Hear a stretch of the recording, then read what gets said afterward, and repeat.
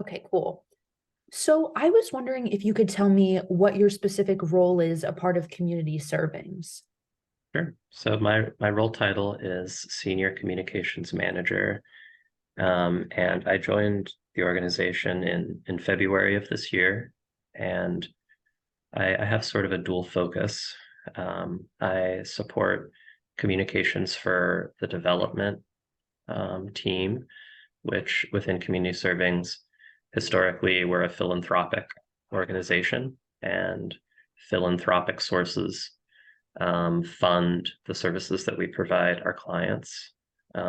Those sources include individual donors,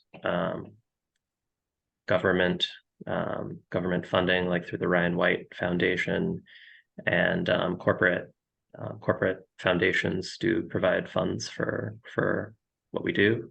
Mhm. Um, and communications is a big part of that, really, as you can imagine. Yeah. Um, Everything from appeal materials to sort of broad-based general market advertising. There's a campaign running currently through the local public radio, just very simply making our mission, spreading awareness about our mission Yeah. Oh, to that's listeners. perfect.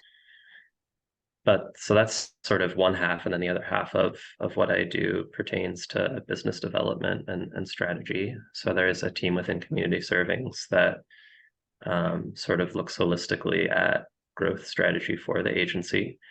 And a big part of the growth strategy over the last five plus years has pertained to healthcare partnerships. So in terms of funding, um, ser- like funding our services through health insurance to make them available to people. So Okay. if I, for example, am on enrolled on Mass Health, if I am also enrolled in an ACO plan, there is sort of a bucket at the state level, a bucket of funding for for my ACO health plan to provide me nutrition services through a provider like Community Servings, and Okay. the payer, the payer, the health plan will actually pay for the service that I receive.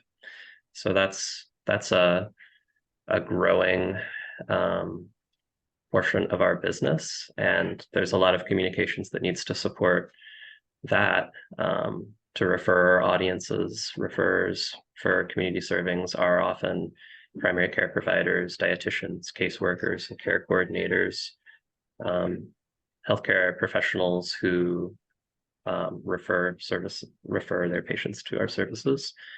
But there's also a lot of communications needed to go directly to business level leadership within these organizations to inform them of the service. Yeah. Food is medicine is, it's been around for a long time, but it's still building um, a basis of evidence for how it works and that it works. And so there's a lot of need for education and awareness of the value of the kind of services that we provide as a medically tailored meal provider. So a lot of the communications that I Yeah. work on support that too. Yeah, most definitely. Were you in a similar position before you came to community servings, or is this your first time doing something like this? I've done work like this in the past, not work in food as medicine particularly, but I worked for a health plan in New England for a little over 7.5 years prior to coming here. Okay, gotcha. So would you be able to tell me a little bit more about like the specific services that community servings offers, like through food banks and stuff of that nature? Certainly. So the the services that community servings provide to clients are a very particular kind of evidence-based nutrition intervention called medically tailored meals. Okay. So medically tailored meals are distinct and different from other food-based nutrition interventions. Medically tailored meals are the provision of um, healthy, nutritious, pre-prepared meals that are home delivered, usually once a week, to people on the basis of their critical or chronic health condition. Okay. So we're not providing people a food prescription. We're not providing a food bank. We're really specifically preparing entrees, soups, sides, and salads um, that are nutritionally considered and supervised by a registered dietitian nutritionist Mhm. who assesses the nutrition needs of our clients on the individual basis. And on the basis of that information, prescribes them onto a medical diet. Wow. Yeah, no, that's very nice that you guys are doing that. Yeah. That's great. I have a friend that is a volunteer at Community Servings, that I mentioned to you. So she goes there once a week, I believe, and helps with some of the packaging and stuff like that. And then I know Northeastern additionally had an alternative spring break program with Community Servings back in March. So the person that lives actually right across the hall from me, participated in that, earlier in the spring. Yeah, very Yeah. cool. Yeah, super cool. So my story specifically focuses on the issue of food insecurity, as I mentioned to you.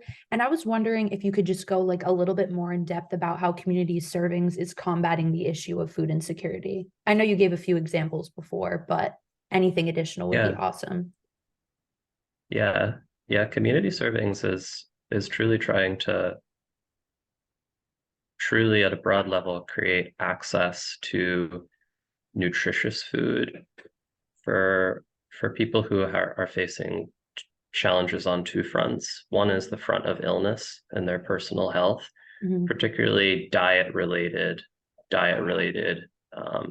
complex conditions that have a very significant nutrition is a significant component in the treatment of their illness. Mhm. So we often we often receive referrals with primary diagnoses of diabetes, um, people receiving cancer treatment, people with cardiac conditions, um, and the list goes on. So that's sort of one category or bucket of criteria.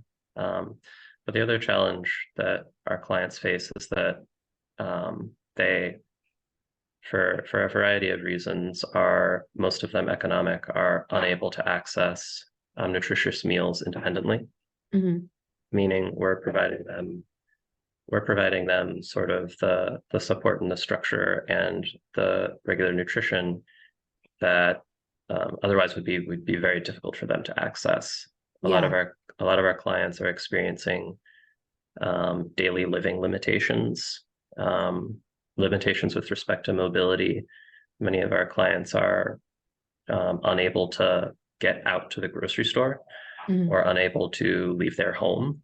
Um, and many of our clients have economic constraints on their ability to access the nutritious food that is helpful for their condition and treating their condition. Um, so sort of generally food security, nutrition insecurity, and then on the other side, complex critical or chronic illness. Those are the two criteria. So we're specifically Mhm. looking to um, provide supports to people that are facing those two things Okay.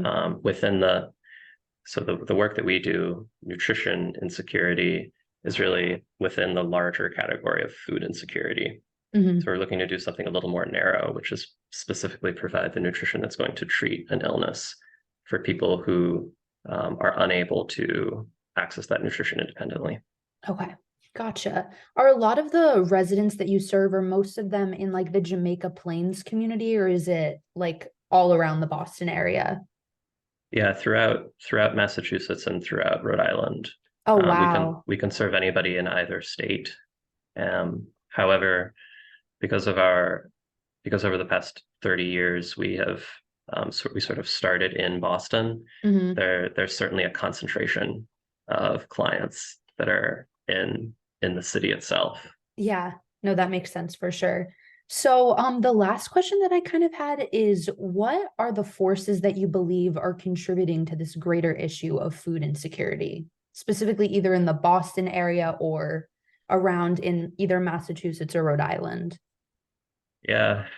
I mean, as I've learned a lot about that since I started here, Mhm. and it does seem to be the case that there are larger issues of economy and industry that make it very, very difficult for nutritious food to be accessible. They're Mhm. sort of, I'm probably telling you something you already know, but the That's okay. state of the healthy eating index of the average American across the board is low.